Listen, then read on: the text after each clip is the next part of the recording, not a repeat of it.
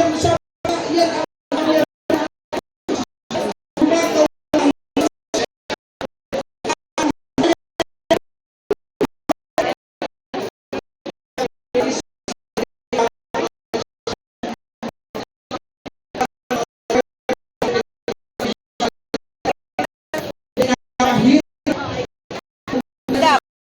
ang gumagawa pinasok ng Pentecost. Missionary Church of Christ in the world. Walang takot. Kaya yung una na pinasok ng Pentecostal siguro hindi pa ko ginagawa.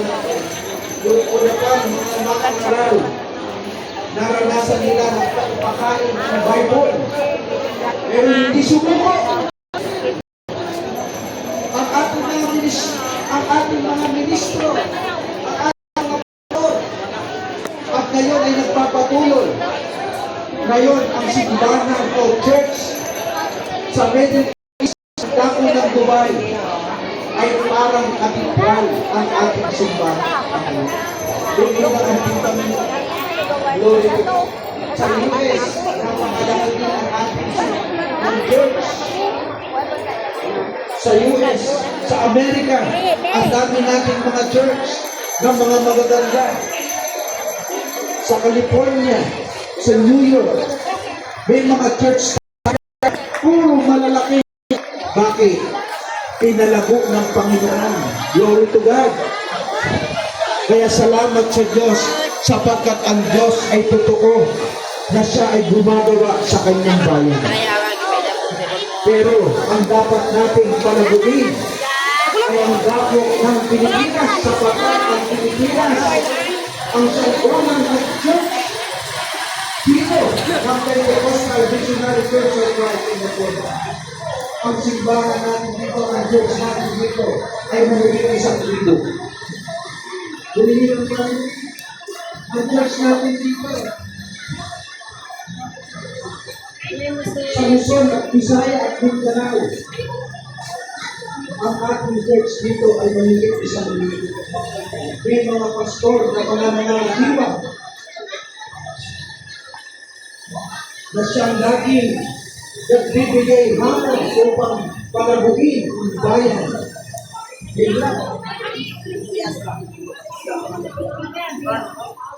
Yan sa dako ng Cebu, malalaki ang nakatulog sa Davao, malalaki ang nakatulog dito sa Kansayaan. Malalaki din ang ating church ng Pentecostal Missionary Church of Christ in the world. Kaya, pakisa tayo sa pagkakampan ng Panginoon. Huwag tayong bigigil. Huwag saan tayo ay makikisa sa gawain ng Panginoon. Huwag tayong mag-ihinayang sa ating mga kaloob, sa ating mga pagbibigyan, sapagkat maraming mga tao pinakalimit at sumasampalataya sa Ebanghelyo ng ating Panginoon Jesucristo. Maraming mga tao nalilipas. Kung hindi niya kilala ang Diyos, nagiging kilala niya sa pagpagitan ng pangangaral ng Ebanghelyo ng ating Panginoon Jesucristo. Maraming mga pananampalataya na tumanggap ang kalipasan. Uliin ang ating Panginoon. Glory to God sapagkat ito ang paraan ng Diyos na ang kanyang Ebanghelyo ay maipangaral sa lahat ng mga bansa. Kaya dito ang pinakamarami na naitayo ng bahay dalanginan ng Pentecostal Missionary Church of Christ and the world.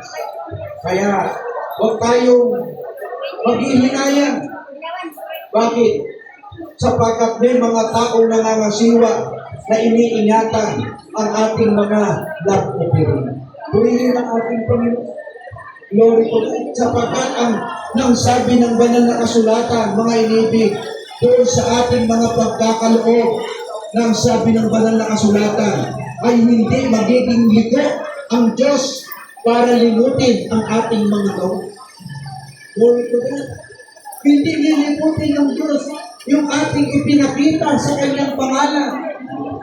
Na sa inyong paglilingkod sa Panginoon ay hindi niya alilimutan. Urihin ang Panginoon. Lord, kaya kung tayo man ay nagkaloob, susukatin tayo ng Panginoon. Di ba sabi sa Lucas, sa 6 talatang 38, magbigay ang bawat isa, kakal na bubuti, liklik, na umaapaw sa iyong kandungan, na doon sa iyong isinukan, doon tayo susukatin ng Panginoon. Lord, ito na. Ay, Pastor, iba ako nilihan eh. Kaya hindi naman namin dala ang religion, kundi ang dala namin ay ang kapangyarihan ng Diyos. Purihin ang Panginoon. Hindi tayo maililigtas ng religion. O kung tayo may ibang religion, mga iniibig, hindi tayo maililigtas ng religion. Ang nagaliligtas sa atin ay ang ating Panginoon Hesus Kristo. Ang dala namin ay pangangaral ng Ebanghelyo. Ang kapangyarihan ng Diyos ay napapaloob. Kunti lang yung binili mo. Kunti lang binili mo. Purihin ang ating Panginoon. Kaya yan ang pangangaral ng Ebanghelyo ng ating Panginoon Hesus. Nang sabi ng banal na kasulatan na sila'y gawin mong mga lagad ang lahat ng mga bansa. Nang sabi nito sa Mateo 28 talatang 29 o 19 hanggang 20 na dahil dito nang sabi, gawin mo silang mga alagad ang lahat ng mga bansa. Kaya ang Pentecostal Missionary Church of Christ in the Philippines mga hiniti. Maraming mga bansa na nakakakil na upang kayuan at dati ng Japan. Purihin ng Panginoon. Tayo ay marami ng mga church sa iba't ibang mga bansa. Ang ating church dyan ay mayigit 500 churches sa lahat ng iba't ibang mga bansa. Sa Amerika, sa Middle East, sa Estados Unidos, lahat ng iba't ibang mga bansa, ang church natin dyan ay mahigit 500. Purihin ang ating Panginoon. Bakit? Sapagkat ang ibig ng Diyos na tayo ay matikas at maalam. Glory to God. Ang ibig ng Diyos na ang kanyang kapangyarihan sa pamamagitan ng Ebanghelyo na dala ng mga suki ng Diyos, mga inibig ay pagpapalain ng Panginoon. Glory to God. Kaya sa umagang ito, nagagalak tayo at magpapasalamat at ang mga nagkaloob ay pagpapalain ng Panginoon. Glory to God. Lahat ng mga nagkaloob sa gawain ng Panginoon, hindi pwedeng hindi pagpapalain. Sapagkat ang sabi kaya pa? sa Kaya pa? Talatang 42, nang sabi doon sa maliliit na sarong tubig na malaki, dahil sa pangalan ng katotohanan sinasabi ko sa inyo na hindi mawawalan ng ganti sa kanya.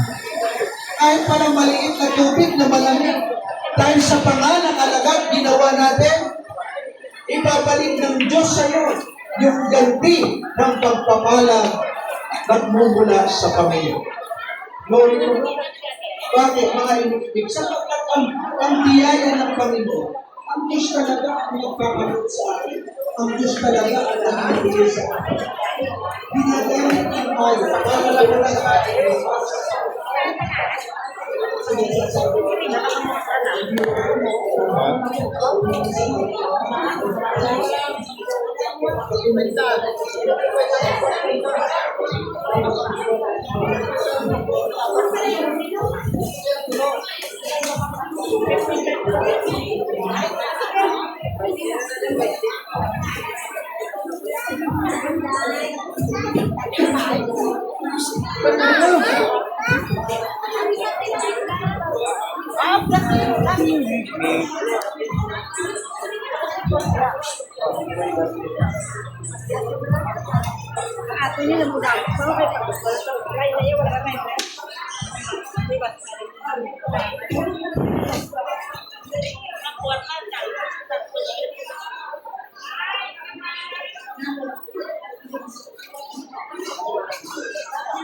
Kitip ka rin.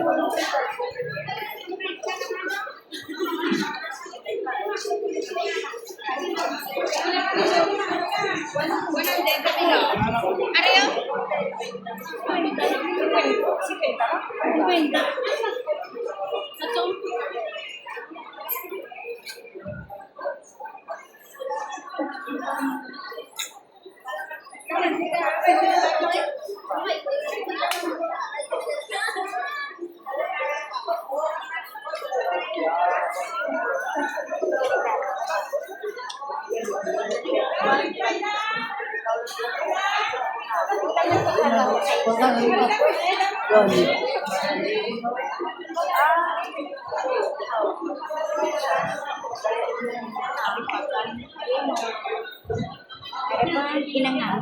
Ito yung kita kain. Oo. Ayan, bunga pares niya. Ayun. Hello, mama. Nga nga.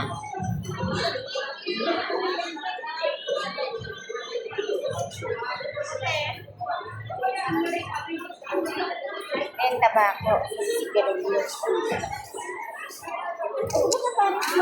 Ang tabako, pinapares din sa mama. Hindi. Ginagkita nilang liit.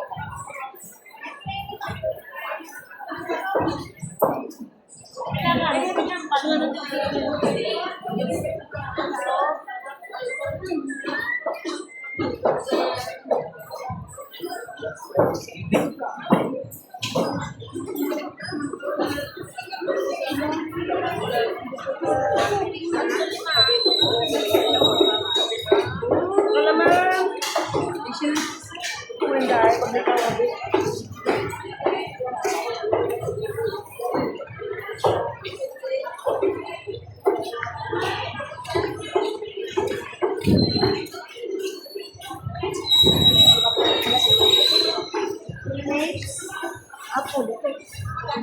Nandito naman. Kaya nga, Paul. Robin, chingko. Tatakbo ng...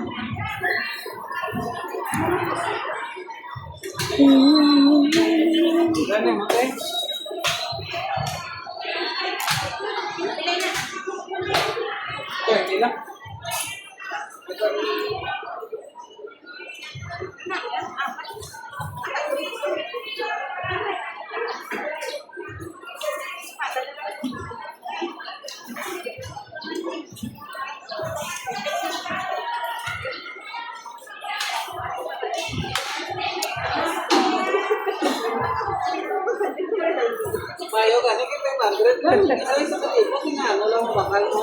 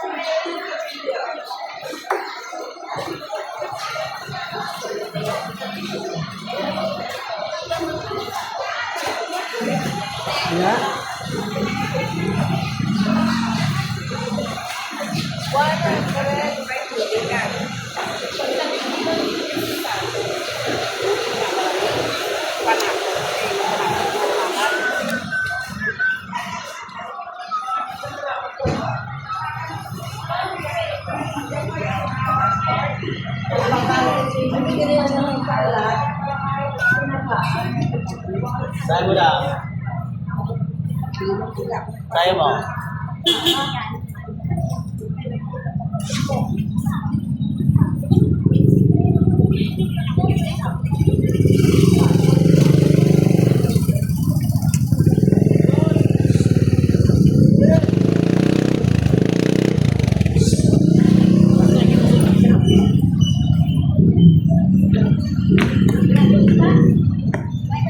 What?